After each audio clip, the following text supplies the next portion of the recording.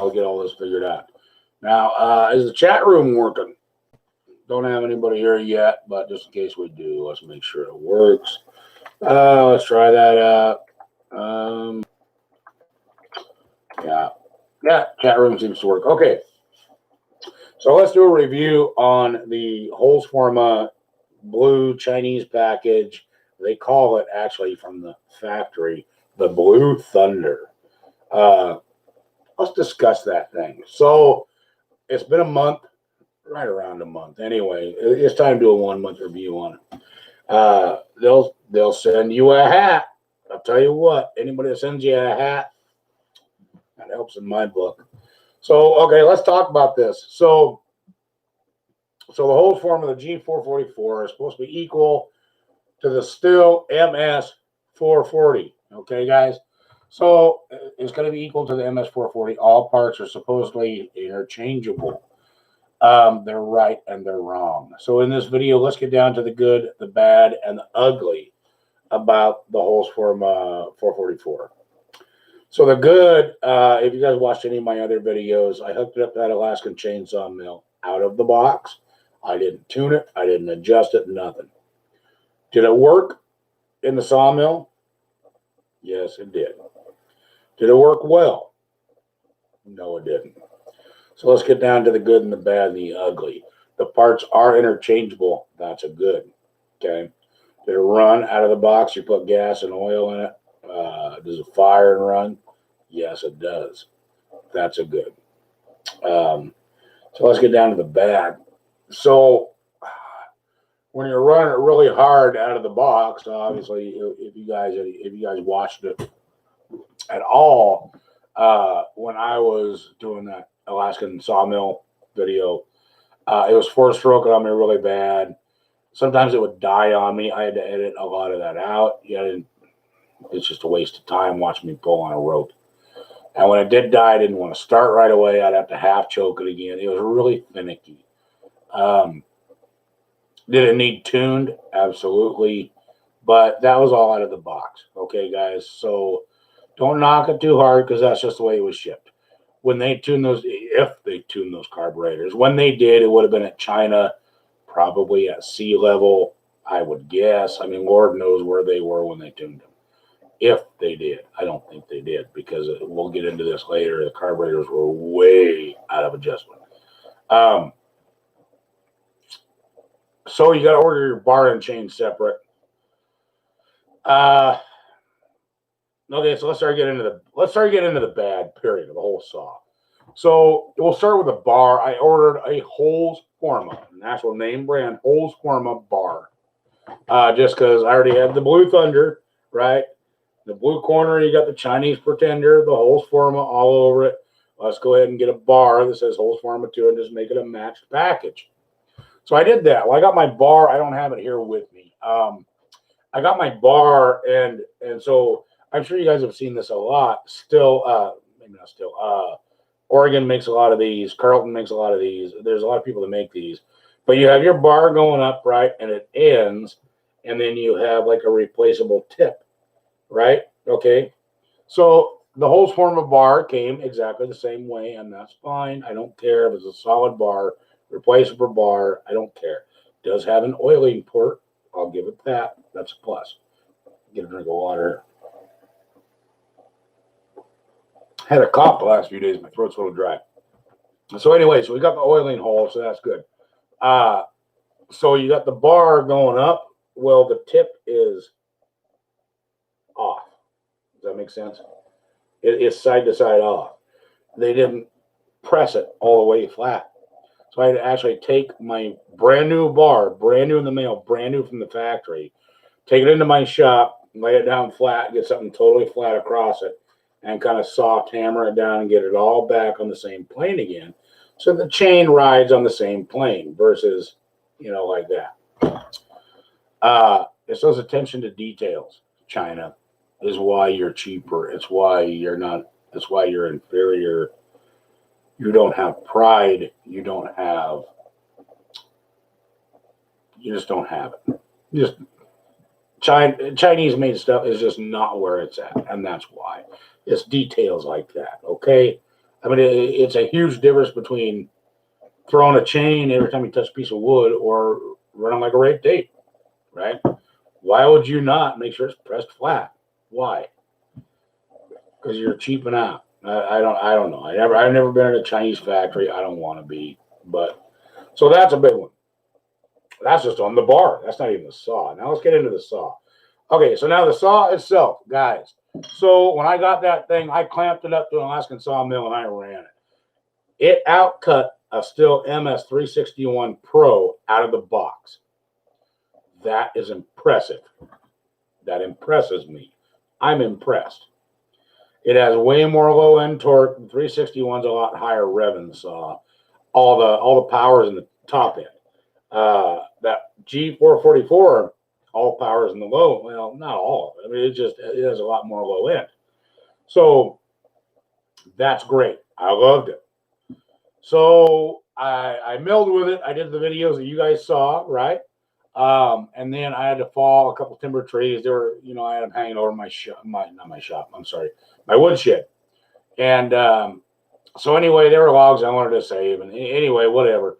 But they were leaning, so I had to crank them over. And you had to crank them over and twist them to fall a certain way because I didn't want it to hit the woodshed. And I also have a fence there. So I had a 7-foot window to try to crank this tree back over and twist it to fall exactly where I needed it to fall. Now, so here's the thing. I fell a lot of timber when I was younger and when I was logging. I had 7 feet wide. I have a 7-foot wide window to fall this tree under. And it has huge crotches in it going up and way heavy on one side. Wedge it over, more holding wood left on one side, less on the other. You back cut a little more. And so you get it to, and then use wedges, right? Pound wedges in. Anyway, I got it to crank over and twist just like I wanted. Now, a good faller, can you fall a tree within a 7-foot window? A tree that's, the trunk and the main branches alone were 6 feet wide. So I basically had 6 inches on each side to fall it. I missed. Okay, I had 7 feet to fall it, and I fell it. The big branch went over to the 8-foot mark and wiped out my fence. Barely, just barely. Cranking over a tree and having to twist it like that, if you can still get it within just 1 foot of where you wanted it, that's pretty good falling. Okay, so that's why some people can be good judges of character of what a saw is and what it can do. You know what you're doing. Okay, so let's get into the bad of the saw here. So as I was falling said tree, the first one, so here I am laying into it, right? And fuel starts running down my arm. Why? Shouldn't. Fuel line came loose somewhere. Okay. Not necessarily a saw fault. It's a manufacturing fault, I would assume. Anyway, I took it apart, and yeah, the little clip was not on there very good, and they didn't stick the hose on there very good. And so, I reattached it. I've never had a fuel leaking issue since. So while I was taking that apart, guys, so keep in mind, they say all these parts are totally interchangeable with an MS440.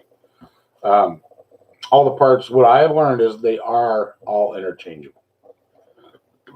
I don't disagree with their claiming that. The problem is that the parts are not the quality, okay? They're interchangeable, but they're inferior by far. Perfect example. In order to get all those fuel hoses, you basically got to take your whole saw apart because it's on the very bottom of the very last thing you got to take apart to get to it. So that said in mind, you have to undo your spark plug is one of the things, right? So you take that top cover off and you look at that plug wire. Let me see if I can give you an example here. So you have a normal standard plug wire. I don't care if it's a Chevy 350 or a Harley Davidson, a twin cam 88, whatever. Your plug wire, a plug wire is a plug wire is a plug wire. Okay, they're almost, I've never seen a different size. Now you get on the Holzforma plug wire. and it's like that. It was maybe one grade above electrical house wiring. I was pretty shocked. I was like, what the hell is that chintzy piece of shit? Well, whatever, I guess, as long as it fires, it doesn't need much, because as long as the spark gets there, the spark gets there. So maybe that's why it's cheaper, right? This gives them a spark plug wire. Yeah, cool. So I go to pull the boot and the plug off the plug. I mean, you grab it firmly with all your fingers and stuff. You kind of give it a little twist so you pull it, right, and pop it off. No, when I popped it off, there's a spring attached to the wire, which almost all of them are. I mean, that's standard. Okay, that's okay. The spring and all the guts come out, right? I mean, the wire and the boot just pull off, left with a spring on the plug, just pulls the guts right out of it. It's like, God damn it. So that's one thing, right? All the holes in the saws, in the cases, in the bar mounts, not the bar mount, but your full wrap handle, everything lines up, but not perfectly. God damn, I got your call again. Hello?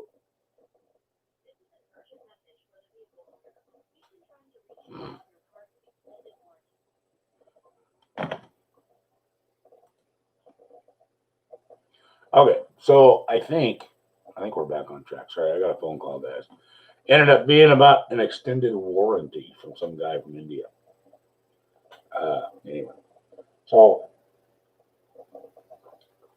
everything was chintzy. I noticed. None of the bolt holes truly line up. They're close, right? They're close, but they're not truly lined up. So every piece of plastic, everything, yeah, they're interchangeable. They are. They will. You can make it work. It does work, but nothing's milled to perfection. And I guess that's what I'm getting at is China. Why do you do this?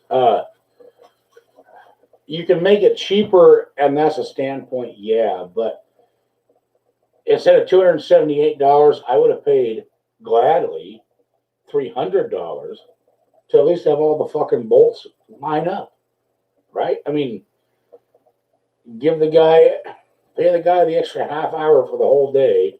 Probably cranks out 200 of them a day. Give him the extra half hour at the end of the day.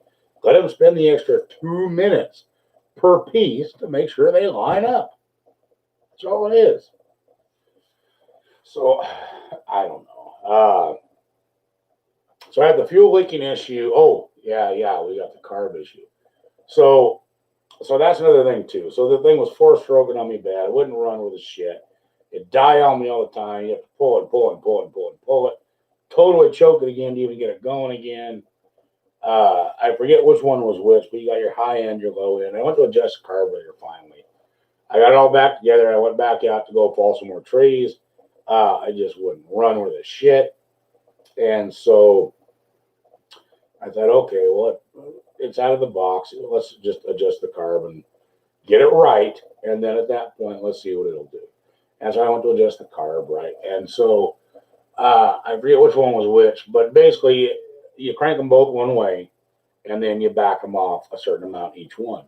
One of them's 3/4, one of them's 1/4, ideally, and then I guess in the rough range, right? And then you kind of just tweak the nipple a little bit on each one and kind of fine tune it for whatever altitude that you're running. So we did that, and number one, the one that should have been close to cranked over the other way, it was totally the other way. So basically, one was wide open on the lean side, one was way closed on the rich side. So no wonder it didn't want to run with the shit until you were full throttle, because finally both flaps totally open, right? And then you get some juice. So no wonder that was happening. But out of the box, I'm going to warn you, it does not come anywhere close to tuned. They do have an instruction packet with you, and it'll give you a good idea of where to start. For anybody that doesn't know how to tune a saw, it'll give you a good idea where to start, and start there. do what they recommend, but I recommend still, because they said, close the one off, go back 3/4 of a turn. I ended up going like a turn and a quarter until it finally ran right on the low end. I think it was the low. That might have been whichever one was on the left. Might have been the high end. And then you have another screw, back it off a quarter. No, it ended up being more like 7/8. But my altitude might be different than people's too. I don't know. I'm up in the mountains a little bit, so that might change. But the carburetor was way out of whack, and it's still outcut at 361. So that was impressive. I will give it that. But the lack of details, guys. I mean, your stuff is chintzy, So now, I haven't taken it apart. I probably should. Let's do another video. Let's take this motherfucker apart, because I bet you anything. I bet you the roller bearing and the clutch is shit. Might even be plastic. Not only a plastic housing, but might even be plastic needles in the bearing. At this point, after seeing what that spark plug wire was and how nothing lines up, it wouldn't surprise me. So I think maybe we need to take it apart and see. Now, so the question is it worth the money? So with an MS440, you're going to run about $1,000, right? All day long. I don't care what you are. You might pay more than that. Depends on your area. It depends on what size bar you want and all that. This thing was $278 on some fire sale or whatever it was on Amazon. $278. And so is it worth it? Yeah, it is. But you need to know enough about saws to work on them and tune them and get them right. If you know how to do that, then that's a very well $278 spent. If you do not know how to do any of that, stick with the still and take it to the shop, because it's what you would do anyway, because you don't know how. And I don't mean that offensively. I'm just saying, if you know how to do it yourself and you know all the quirks and stuff about a saw and how they work and tuning them and just little things, then yeah, actually, it's really pretty good for its money. If you don't, you don't. So I guess you get what you pay for, right? I mean, that's the slogan forever. You get what you pay for. And this isn't really any different, other than it's not necessarily a quality product. It's a quality knockoff. Even as a knockoff, excuse me, knocking it off gives them a lot. It gives them a big advantage because they're knocking off the best chainsaw ever made. So if you make parts interchangeable, then at least you got a lot of things right and you got a lot of things going for you. Okay. So just expect that the parts aren't the quality. So here on the homestead, will I take it out using firewood or chainsaw milling? Or no, I'm done chainsaw milling. That will be another introduction to a video coming up soon. I ordered something here lately, and I got to go pick it up in about 7 weeks now. But the Alaskan chainsaw mill will change. But I'll still need a good saw for bucking logs and all that. So, is it worth the money? I mean, it's up to you guys. It depends on your skill level. If you have the time and the patience and the know-how to work on them, then yeah, it's really a pretty good deal for what you get. And hear me out. Here's my reason for buying the whole saw. The whole saw. If I can get it to work halfway decent, anything that's very abusive, I will use that Chinese saw to abuse the shit out of. Okay? That's my thought. That's mine. And the reason is I would rather replace and blow up a $278 saw rather than a $1,000 saw. So if I can use it and abuse it and blow that one up, or just totally, you know what I mean, and save my good stills and just bring that on special occasion when, the time's perfect, or you really need something reliable or something really reliably powerful or whatever. If I can save the life expectancy of my stills by doing that, between the three stills I got, that's worth the $278 alone. I mean, it's basically you're buying insurance on your still chainsaws by doing that. But you're gonna have to know how to tune them.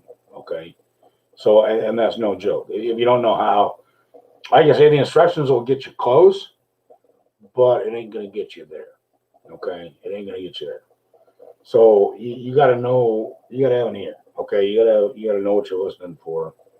You gotta know what you're doing, know what you're listening for, know when to crank it up, know when to crank it down. Um, yeah. So that's my review. That's the good, the bad, and the ugly. Uh, the whole Swarma G44, man. That's what it is. So that's my opinion. That's what I think of it. Really, with some tuning, they're not a bad saw, but the quality just ain't there. So for a homestead, a farm, anything else, if you know how to tune it, yes, it's a great value for your money.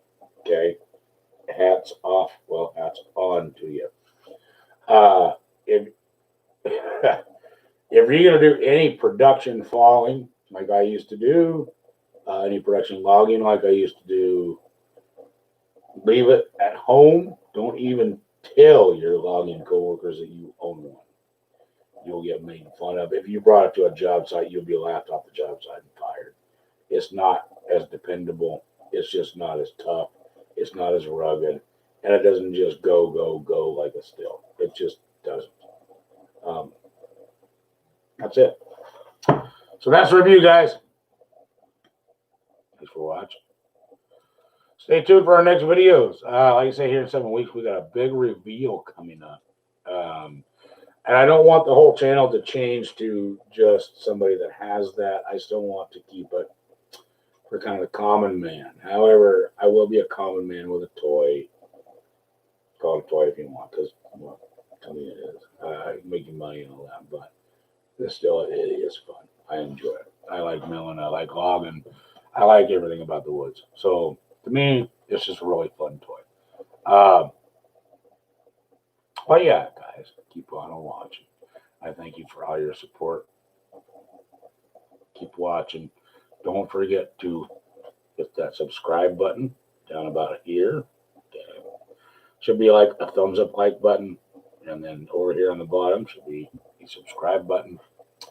So little do you guys know, we actually do all this for free. If we get a few more, just a few more views, subscriptions are the biggest one. If we get a few more subscriptions, we can actually get paid to do it.